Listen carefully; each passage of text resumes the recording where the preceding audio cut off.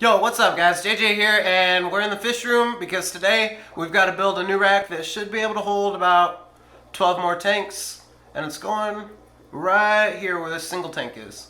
Alright, let's get into it.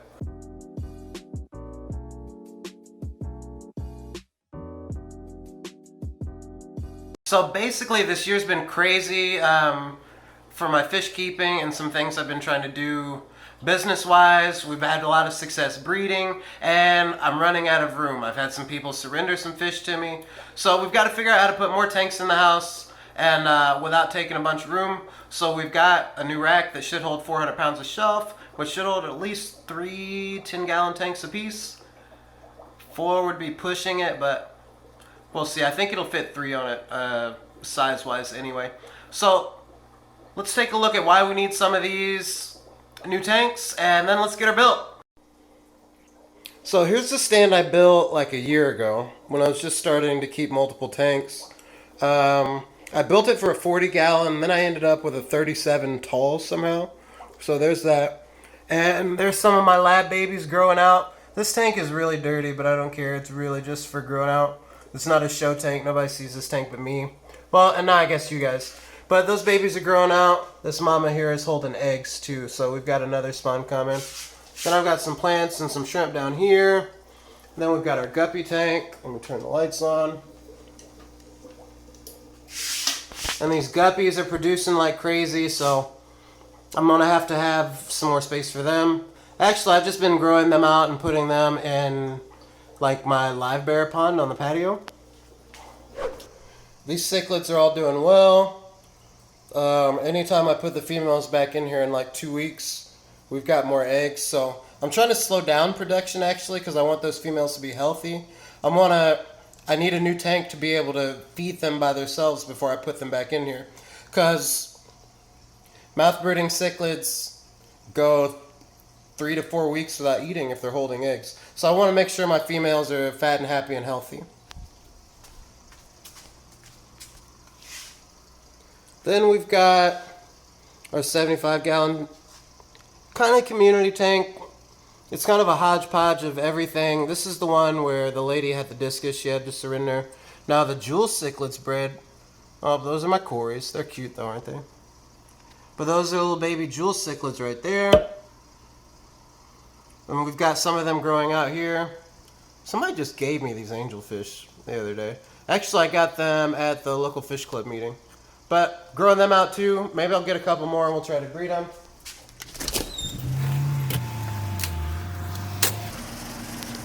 And then you guys can't see, but this pond has about 200 more, I'd say at least 200 more juvenile cichlids in it. As soon as they get big enough, oh, there they go. So as soon as they get big enough to hang on their own, I'm just growing them out into here until I can sell them or find them a new home. So as you can see, we've got a lot going on. So that's why we need some more tanks. I don't even have a quarantine tank right now. If I got new fish, I'd have to put them straight in, and I have too many fish to lose if I bring a disease or they get sick.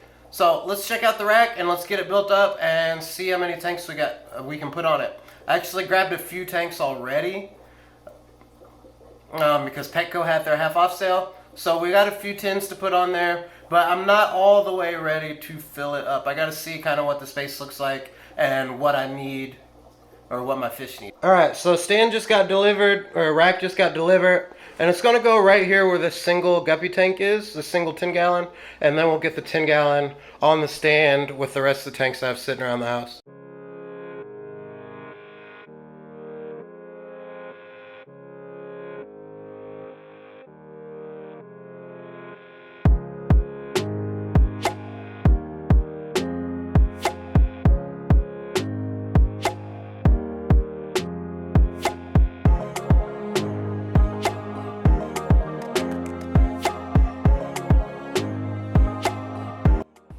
So I've had these 10 gallons sitting here for like a week. I've been waiting for this rack to come in so I could set them up. The 75 was supposed to be my Oscar tank. I really wanted to set it up, guys.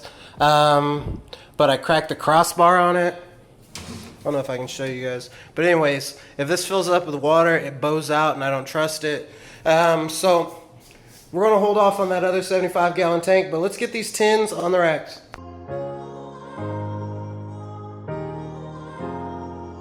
Alright guys, it's 2 days later and check this out.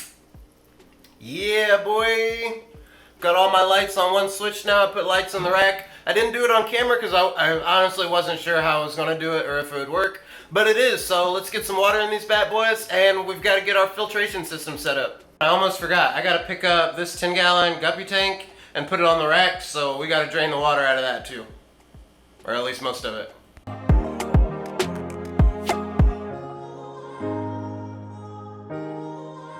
Alright, these guys are safe and sound. Water is heavy. I took out like half of it, but it's still a 5-gallon tank and that was heavy, but we're up here, we're fine. And I know I just did a video about not sucking the end of your siphon, but I didn't want to use my whole siphon because I didn't want to suck out any of these little guppy babies. So I just used the hose and that's why we did that. There's a way to do it without sucking. Check out the video for that. Alright, let's get these filled up. And there we go. All the tanks filled up. We got our filtration going. And I'm feeling pretty good. Let me show you what I had to do for filtration, just in case maybe you need to know. So, told you guys I was going to have this one air pump split to all of my tanks. So, basically, this has two outputs on it. This output is going to the lower tank, so I have it split to the left on this rack, and I have it split to the right on the bottom shelf here. And then to get your flow right, because all of them won't get the same amount of air, you gotta have a control valve here, and you gotta have the control valve basically before every filter if you want to be able to get it balanced evenly. I ran out actually, so I have one that's not getting as much air as I'd like it to, but we'll just go get some more valves later. Let's talk about the reason I needed this rack in the first place. We're breeding fish like crazy, so we've got to have some places for some fry to go and grow out. We've got some places for our parents to do what they need to do. Here, let me show you. So this mama here is in my yellow lab grow out tank, and you guys see the way her mouth is all full? She's got a mouthful of eggs in there. She's probably got 20 babies in there ready to spit this week. So that's why she's in here, because none of these little babies are going to bother her. Half of them are hers anyway. So she gets to be here until she's ready to spit her babies out. I don't pull the fry. Oh, did we spook her? Say hi to the camera, mama. And I've got another female holding in here in my main cichlid tank. Let me see if I can find her. Oh, guys, don't do that. Don't huddle all up, guys. Don't huddle all up.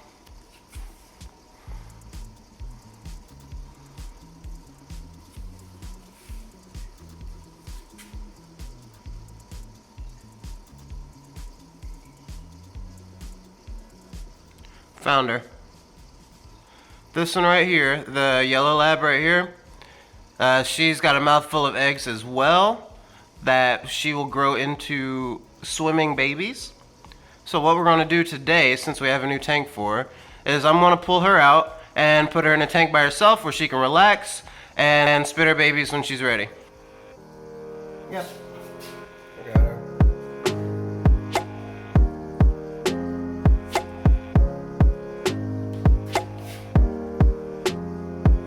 Alright, that wasn't so bad. That was actually maybe the smoothest scoop I've ever had for doing this.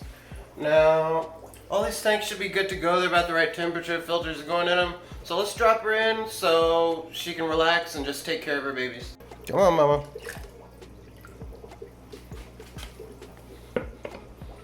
Alright, we'll let her get settled in. Okay, I found her a little coconut hide. I don't know what it is about coconuts, but little cichlids love them, especially when they're trying to have babies. So she's chilling in there, and in a couple weeks we'll pull her back out because she will spit her babies and her babies will get to grow up in this room. So there you go, guys. I think we're about done. I'm actually editing some of the clips now, getting them nice and crispy for you, trying to get the music right, you know, so we got a little vibe to it. But the racks are all the way done. Check it out.